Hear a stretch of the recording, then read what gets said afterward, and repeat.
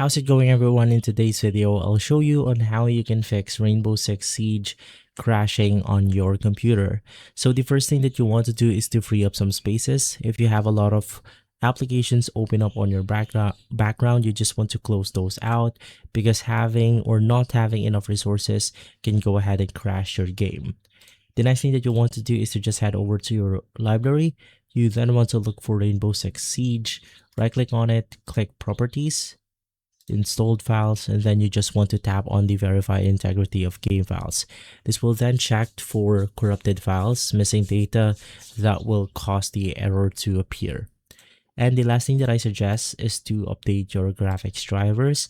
So just search for the brand that you are using. In my case, it's NVIDIA drivers. Head over to the official webpage, and from here you can just get the latest drivers for your graphics card. So in that way, we're able to run our games smoothly with the compatible drivers and the updated drivers.